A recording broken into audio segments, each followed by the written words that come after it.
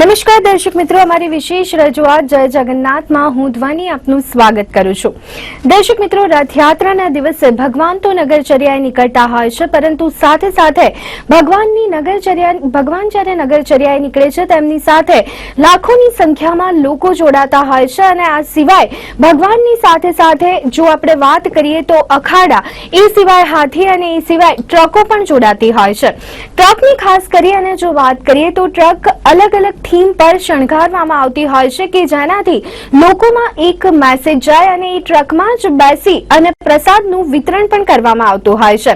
સામાન્ય રીતે ભગવાન જ્યારે નગરચર્યાએ નીકળે છે ત્યારે 3 રથ રહેતા હોય છે, પરંતુ આમ જો આપણે જોઈએ તો નગર યાત્રાએ નીકળેલા ભગવાનની રથયાત્રા ઘણી મોટી રહેતી હોય છે, એટલા માટે કારણ કે એમાં ટ્રકોનો પણ સમાવેશ થતો હોય છે। અને અગાઉ પણ કહ્યું તે પ્રમાણે કે ટ્રકો અલગ અલગ થીમ પર શણગારવામાં આવતી હોય છે અને ત્યારબાદ ટ્રક એસોસિએશન દ્વારા જે પણ થીમ સારી રહી હોય અથવા તો જે પણ ટ્રકની થીમ સારી રીતના શણગારવામાં આવી હોય તેને એવોર્ડ પણ આપવામાં આવતો હોય છે। તો ખાસ કરી અને ટ્રકોનું શું મહત્વ રહેલું છે એના માટે પણ કોઈ ચોક્કસ નિયમો રહેતા હોય છે। તો એ નિયમો શું છે, કઈ કઈ બાબતોનું ધ્યાન રાખવામાં આવતું હોય છે, તે તમામ બાબત પર આજે આપણે ચર્ચા કરીશું। અને આ ચર્ચા કરવા માટે અત્યારે મારી સાથે સ્ટુડિયોમાં ઉપસ્થિત છે ડોક્ટર લલિત લોધા કે જેઓ શ્રી જગદીશ મંદિર રથયાત્રા ટ્રક એસોસિએશનના પ્રમુખ છે। તો ડોક્ટર લલિત, આપનું મારા સ્ટુડિયોમાં સ્વાગત છે। ડોક્ટર લલિત, ખાસ કરી અને આપ ટ્રક એસોસિએશનના પ્રમુખ છો ત્યારે સૌથી પહેલા હું આપને એ પૂછવા માંગીશ કે રથયાત્રામાં ટ્રકોનું શું મહત્વ હોય છે? આ જગન્નાથ ભગવાનની 140મી રથયાત્રા છે। રથયાત્રામાં સૌથી વધારેમાં વધારે જો મહત્વ હોય તો એ ટ્રકોનું છે। એનું કારણ કહું કે આ 140મી રથયાત્રાની અંદર 101 ટ્રક ભાગ લેવાની છે। ટ્રકનું મહત્વ એટલા માટે કે ટ્રક વિવિધ પ્રકારે શણગારવામાં આવે છે। ટ્રકો ધાર્મિક રીતે શણગારવામાં આવે છે, શણગારની રીતે શણગારવામાં આવે છે અને વેશભૂષા, કેટલીક ટ્રકોની અંદર વેશભૂષા ધારણ કરવામાં આવે છે। વેશભૂષાની અંદર નાના નાના બાળકો ભાગ લેતા હોય છે। કેટલાક બાળકો રામ લક્ષ્મણ સીતા બને, કેટલાક બાળકો રાધા કૃષ્ણ બને, કેટલાક બાળકો શંકર પાર્વતી બને, કેટલાક બાળકો હનુમાન બને। આમ ભગવાન મામાના ઘરે ગયા હોવાથી નગરજનોને દર્શન આપી શકતા નથી, એટલે ભગવાન નક્કી કરે છે કે અષાઢ સુદ બીજના દિવસે નગરજનોને દર્શન આપવા માટે નીકળો। ભગવાન ખાલી હાથે તો નગર યાત્રાએ નીકળે નહીં, એટલે ભગવાન એમની સાથે પ્રસાદથી ભરેલી 101 ટ્રકો લઈ અને ભગવાન નીકળે છે। દરેક ટ્રકની અંદર મગ, જાંબુ, કેરી, કાકડી, દાડમ અને વિવિધ પ્રકારના રમકડાઓ જે ધર્મપ્રેમી જનતા રથયાત્રાના દર્શન કરતી હોય એને ટ્રકોમાં બેઠેલા ભાઈઓ લોકોને વહેંચતા હોય છે। અને જે ટ્રકના દર્શન કરતા હોય, રથના દર્શન કરતા હોય, ભગવાનના દર્શન કરતા હોય તેઓ હોંશે હોંશે એ પ્રસાદ ગ્રહણ કરે છે। અમારી ટ્રકોનો આ વખતે મેઇન એમ એ છે કે ગૌ માતા બચાવો, ગાયને રાષ્ટ્રીય પશુ જાહેર કરો, વૃક્ષ બચાવો વૃક્ષ વાવો, બેટી બચાવો બેટી પઢાઓ। મેઇન તો આ ટ્રકોની અંદર આ સંદેશાની સાથે સાથે ધર્મને લાગતા અનેક સંદેશાઓ આપવામાં આવશે। એક ટ્રક તો એવી રીતે શણગારવામાં આવે છે કે જેની અંદર આખું અમરનાથનું દ્રશ્ય હોય અને એની ઉપર બરફથી એ ટ્રકમાં ગોઠવેલા હોય અને એ બરફની ઉપર શિવલિંગ મૂકેલું હોય અને શિવલિંગની બાજુમાં ત્રિશૂળ હોય, ત્રિશૂળની પાસે 2 જીવતા કબૂતરો પણ બેસાડવામાં આવે છે. જી લલિતજી, ખાસ કરી અને આપે કહ્યું તે પ્રમાણે કે જે કરંટ ઇસ્યુઝ છે એની પર થીમ બનાવવામાં આવતી હોય છે અને ધર્મને લગતા જે મુદ્દાઓ રહેલા હોય છે તેને પણ આવરી લેવામાં આવે છે, પરંતુ આના માટે કોઈ પ્રોસેસ રહેતી હોય છે કે કેમ? કઈ રીતના કઈ ટ્રક ભાગ લેશે, કેવી રીતના નક્કી થતું હોય છે? આમાં ઘણા નિયમો છે, પણ પ્રથમ નિયમ તો એ છે કે અમને પોલીસ કમિશનર તરફથી 101 ટ્રકની પરવાનગી મળે તો અમે 102 ટ્રક કાઢી શકીએ નહીં. અને કમિશનર સાહેબ મંદિરના મહંત શ્રી દિલીપદાસજી મહારાજને એ પરવાનગી આપે છે અને મહંત શ્રી દિલીપદાસજી એ પરવાનગી મને સોંપે છે અને એ ટ્રકોની વહેંચણી કરવાનું મારા હાથમાં હોય છે.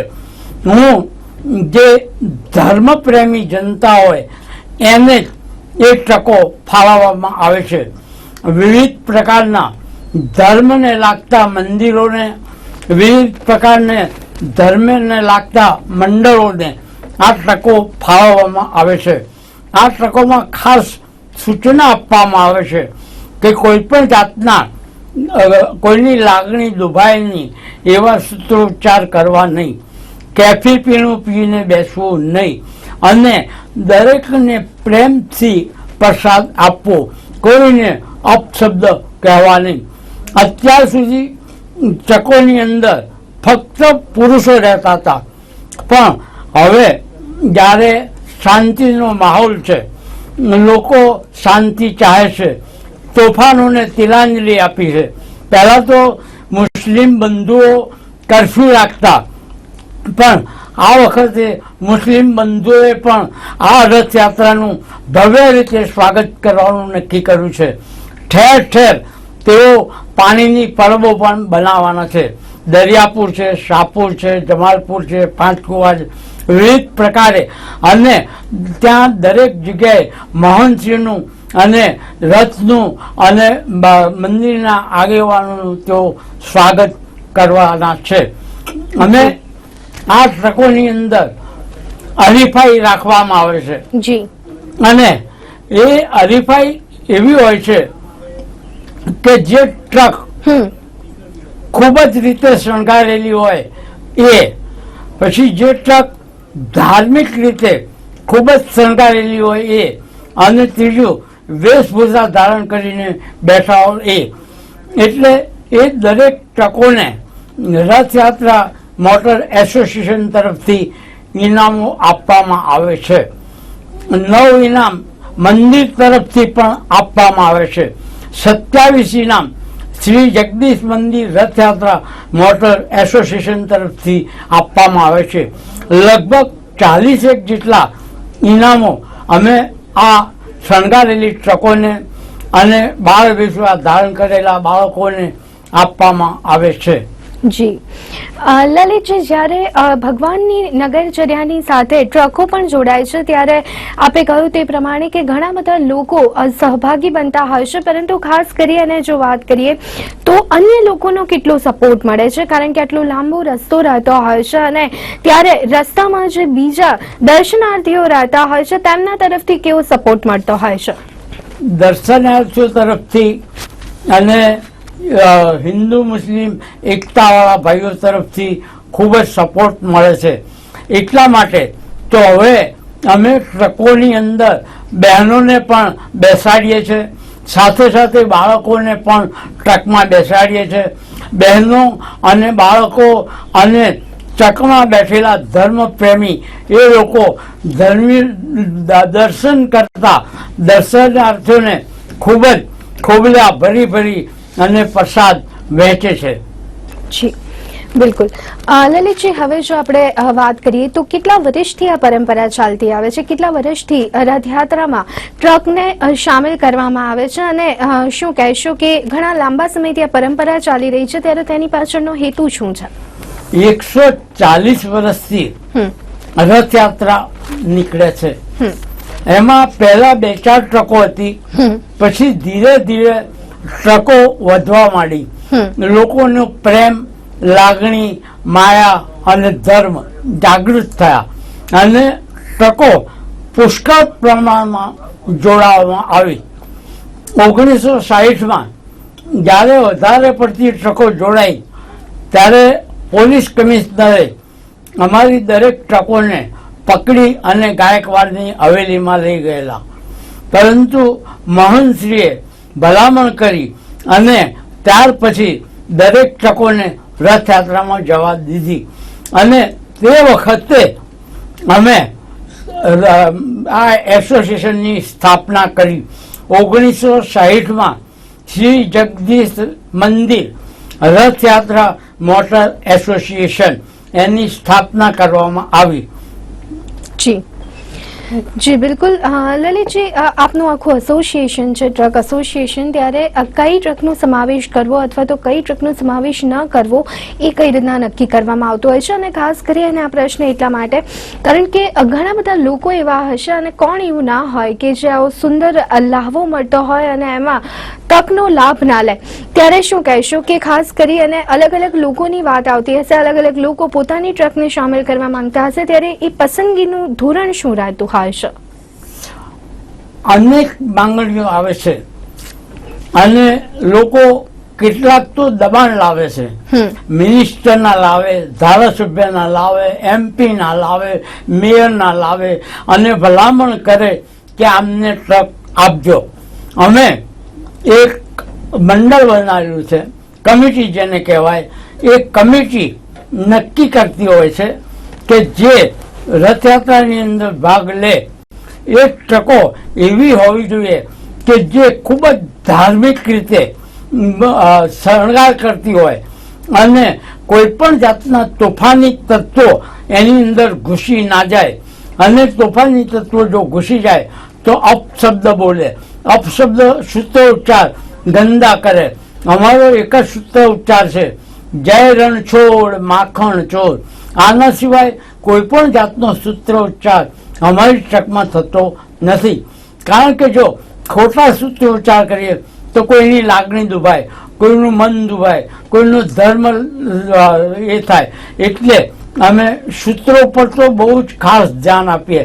અને ટ્રકોની વહેંચણીમાં પણ અમારી આખી કમિટી બેસે અને એ કમિટી નક્કી કરે કે કઈ ટ્રક કેટલા વર્ષથી નીકળે છે, કઈ ટ્રકમાં કોઈ પણ જાતની બવાલ થાય છે કે નહીં, કઈ ટ્રકમાં કેફી પીણું પીવાય છે કે નહીં, એવું પણ ધ્યાન રાખવામાં આવે છે. અને એવી ટ્રક જો અમારા જાણમાં આવે તો અમે એ ટ્રક અમારા એસોસિએશનમાંથી કેન્સલ કરવામાં આવે છે. જી લલિતજી, સામાન્ય રીતે રથયાત્રા જો આપણે જોઈએ તો એક દર વર્ષે ટાઈમમાં થોડો ઘણો ફેરફાર થતો હોય છે, પરંતુ મોટે ભાગે નિયત સમયે શરૂ થઈ અને નિયત સમયે પૂર્ણ થઈ જતી હોય છે. આખા દિવસ દરમિયાન રથયાત્રાની સાથે જોડાવું અને ટ્રકની સાથે જોડાવું એ ઘણી મોટી બાબત રહેતી હોય છે. ભગવાનની કેટલી કૃપા રહેતી હોય છે? આ જે કંઈ થાય છે ભગવાનની કૃપાથી જ થાય છે.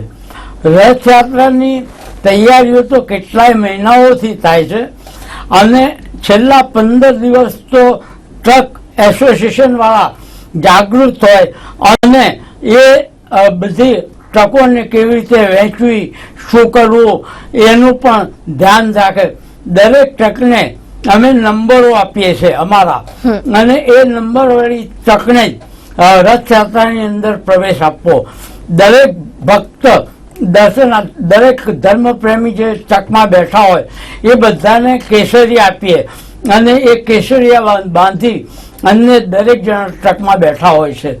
એટલે અમે ટ્રક આપતા ખૂબ વિચાર, ખૂબ ચિંતા અને ખૂબ અધ્યયન કરીને ટ્રક આપીએ છીએ, જેથી કરી અમદાવાદની અંદર અમદાવાદનું વાતાવરણ ડહોળાય નહીં અને લઘુમતી કોમની લાગણી દુભાય નહીં, એનું અમે ખૂબ ધ્યાન રાખીએ છીએ.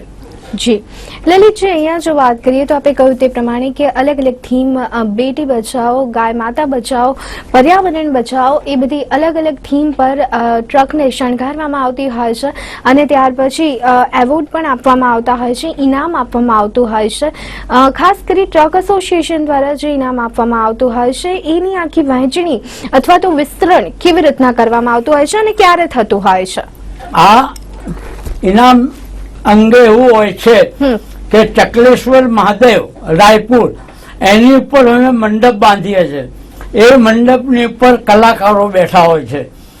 જયસિંહભાઈ દવે જે મુકેશના વોઇસમાં ગાય છે એ કલાકાર છે, વર્ષાબેન કુલકર્ણી એ કલાકાર છે અને જયશ્રીબેન પરીખ એ પણ ફિલ્મી કલાકાર છે. આ ત્રણની એક પેનલ બનાવવામાં આવે છે અને આ ત્રણ લોકો એ સિલેક્શન નક્કી કરે છે ચકલેશ્વર મહાદેવની ઉપર બેસીને કઈ ટ્રક સારી, અને દરેક ટ્રકને માર્ક આપવામાં આવે છે. એમાંથી પહેલો, બીજો, ત્રીજો એ નક્કી કરવામાં આવે છે. અને આ વર્ષે તો અમે આમ તો દર વર્ષે 9 રાખતા, પછી 18 કર્યા, પછી 27 કર્યા, પછી 30 કર્યા અને આ વર્ષે અમે 40 ઇનામ કરેલા છે. અને આ ઇનામો લગભગ 80 થી 90 હજારના આવે છે. અને દરેક ટ્રક ઇનામ મળ્યું હોય કે ના મળ્યું હોય એને પણ 200 રૂપિયાની એક સ્ટીલની ડોલ આપીએ છીએ. 101 ટ્રક છે, 101 ટ્રકને 101 ડોલ 200 રૂપિયાની એક લેખેની દરેકને આપવામાં આવે છે. જી લલિતજી, ખાસ કરી અને આના માટે ફંડ જોઈતું હોય છે તો એના માટે લોકો કેટલો રસ દાખવતા હોય છે?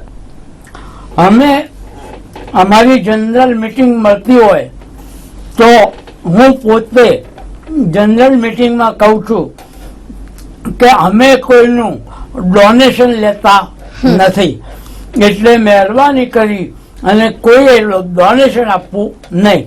અને અમે આ જ્યારે ઇનામો અંગે અમારા જે સભ્યો હોય છે એ સભ્ય પાસેથી જ પૈસાઓ લેવાના હોય છે અને ખૂટતા પૈસા દરેક હું પોતે જોડું છું. જેમ આ 200 ડોલ, જે 200 રૂપિયાની ડોલ આવે એ એક ડોલ એટલી 101 ડોલ, તો એ ડોલોની કિંમત હું આપું છું. જી લલિતજી, આપે કહ્યું તે પ્રમાણે કે સમાજના અલગ અલગ લોકો, દર્શનાર્થીઓ તરફથી ઘણો સપોર્ટ મળતો હોય છે. ખાસ કરી અને મુસ્લિમ બિરાદરોની જો વાત કરીએ તો તેમના તરફથી પણ ઘણો સારો રિસ્પોન્સ મળતો હોય છે. તો કહી શકાય ને કે આ રથયાત્રા એ કોમી એકતાનું પ્રતીક છે. 100% હવે કોમી એકતાનું પ્રતીક થઈ જ ગયું છે. અને રથયાત્રાના કારણે હિન્દુ, મુસ્લિમ અને લઘુમતીઓની જોડે એટલા બધા સુમેળ થઈ ગયા કે બધા લોકો મંદિરે આવતા થઈ ગયા. અત્યારે મુસ્લિમો પણ રોજ મંદિરે આવતા થઈ ગયા છે. અને આ રથયાત્રાના દિવસે તો પુષ્કળ પ્રમાણમાં મુસ્લિમો દર્શન કરવા ભાઈ બહેનો આવવાના, મુસ્લિમ ભાઈ બહેનો. અને લોકો વિસ્તારે વિસ્તારે અમારા રથયાત્રા એસોસિએશનના ટ્રકવાળાઓને બધાને પાણી, ઠંડુ પાણી પણ પવડાવે છે, કોલ્ડ ડ્રિંક્સ પણ પવડાવે છે. જી લલિતજી, રથયાત્રા નિમિત્તે આપ શું મેસેજ આપવા માંગશો લોકોને? રથયાત્રાનો મુખ્ય મેસેજ તો એ જ છે, એકતા અને ભાઈચારો જળવાઈ રહે. અને આના કારણે જ મુસ્લિમો મહંતશ્રીનું ભવ્ય સ્વાગત કરે છે અને એમને ભેટ પણ પુષ્કળ પ્રમાણમાં મહંતશ્રીને આપે છે. અને રથયાત્રાનું મહત્વ એ જ છે કે અમદાવાદની અંદર કોમી શાંતિ જળવાય, કોમી એકતા જળવાય, ભાઈચારાની ભાવના પેદા થાય અને નિર્દોષ લોકો માર્યા ના જાય, કોઈના ધંધા રોજગાર બગડે નહીં અને એકબીજા શાંતિથી સાથે રહે. એ જ ભગવાન જગન્નાથનો સંદેશ છે, હિન્દુ મુસ્લિમ ભાઈ ભાઈ. જી લલિતજી, અત્યારે જો આપણે રથયાત્રાની વાત કરીએ તો અત્યારે પહેલા એક સમય એવો હતો કે લોકો મોઢા દ્વારા અથવા તો મોઢેથી ભગવાનનું નામ લેતા હતા અને સૂત્રોચ્ચાર કરતા હતા, પરંતુ અત્યારે આપણે જોઈએ તો મ્યુઝિક સિસ્ટમનો ઉપયોગ થતો હોય છે, ખાસ કરીને સિસ્ટમ્સ લગાવવામાં આવતી હોય છે અને લોકો એ તાલે ઝૂમતા હોય છે. તો આ બાબતને આપ કેવી રીતના જોઈ રહ્યા છો અને કેટલું જરૂરી છે? બધી ટ્રકોની અંદર માઇક હોતા નથી, અમે પરમિશન પણ નથી આપતા, પણ ભજન મંડળી વાળી જે ટ્રકો હોય છે 2, 4, 5 એ જ લોકોને પરમિશન આપવામાં આવે છે. જે ટ્રકને પરમિશન હોય એ ટ્રક વાળા જ માઇક બાંધી શકે, બાકી બીજા કોઈ પણ ટ્રક વાળા માઇક બાંધી શકે નહીં. જી બિલકુલ. ખાસ જે મગ અને પ્રસાદની વહેંચણી કરવામાં આવતી હોય છે તો એનું સંચાલન કેવી રીતના થતું હોય છે? દરેક વિસ્તારની અંદર પોતપોતાની ટ્રકો પોતે શણગારતા હોય છે મંડળવાળા. એ જ મંડળવાળા એમના વિસ્તારમાંથી પૈસાનું કદાચ ઉઘરાણું કરતા હોય કે ના કરતા હોય, પણ પૈસા એ લોકો જ કાઢે છે અને એ લોકો મગ, જાંબુ, દાડમ, કાકડી અને એ બધું એમના પોતાના ખર્ચે પોતાની ટ્રક માટે લાવે છે અને પોતાની ટ્રકમાં વાપરે છે. દરેક ટ્રકવાળા જુદો જુદો પ્રસાદ લાવે છે અને દરેક ટ્રકની અંદર ઓછામાં ઓછા 10 થી 15 મણ મગ હશે, 10 મણ જેટલી કાકડી હોય, હજી 10 મણ જેટલી કેરી હોય અને 2-4 મણ જેટલા જાંબુ હોય, દાડમ હોય. જી બિલકુલ. ખાસ કરી અને આપે કહ્યું તે પ્રમાણે કે શરૂઆત કેવી રીતના થઈ હતી રથયાત્રામાં ટ્રક જોડાવાની અને અત્યારે 101 જેટલી ટ્રકોનો સમાવેશ કરવામાં આવતો હોય છે. આના માટે જે ચાલક રહેતા હોય છે એમને કોઈ અલગથી તાલીમ આપવામાં આવતી હોય છે કે કેમ? કોઈ તાલીમ આપવામાં આવતી નથી ટ્રકવાળાને. ટ્રકવાળાને એટલું કહેવામાં આવે છે કે ટ્રક ખૂબ જ સુંદર રીતે શણગારો અને ટ્રક એકદમ સારી કન્ડિશનમાં હોવી જોઈએ. ટ્રકની અંદર ક્યાંય પેટ્રોલ લીકેજ થતું ના હોય, ટ્રકની અંદર કોઈ મશીનમાં અવાજ ના આવે, ટ્રકમાં ખળભળાટ ના થાય કે જેથી કરી ટ્રક રસ્તા વચ્ચે બગડી જાય. આ સૂચના અમે ખાસ આપીએ છીએ. જી બિલકુલ. તો દર્શક મિત્રો, આપણે જે રથયાત્રા જોતા હોઈએ છીએ એમાં સાથે ટ્રકોનો પણ સમાવેશ કરવામાં આવતો હોય છે. ક્યારથી આ પરંપરા શરૂ થઈ તેની પાછળનો હેતુ શું રહેલો છે, લોકોની સલામતી જળવાય તે માટે ટ્રક એસોસિએશન દ્વારા કઈ કઈ તકેદારી અપનાવવામાં આવે છે તે તમામ બાબત પર આપણે વાત કરી અને આ ચર્ચામાં અત્યારે મારી સાથે જોડાયા હતા ડોક્ટર લલિત લોધા. ડોક્ટર લલિત, આપ અમારી સાથે જોડાયા તે બદલ આપનો ખૂબ ખૂબ આભાર. આભાર. તો દર્શક મિત્રો, જો વાત કરીએ તો રથયાત્રાથી જોડાયેલી ઘણી બધી વાતો આપણી આગળ પણ ચાલુ રહેશે, પરંતુ ત્યાં સુધી જય જગન્નાથ. જય જગન્નાથ.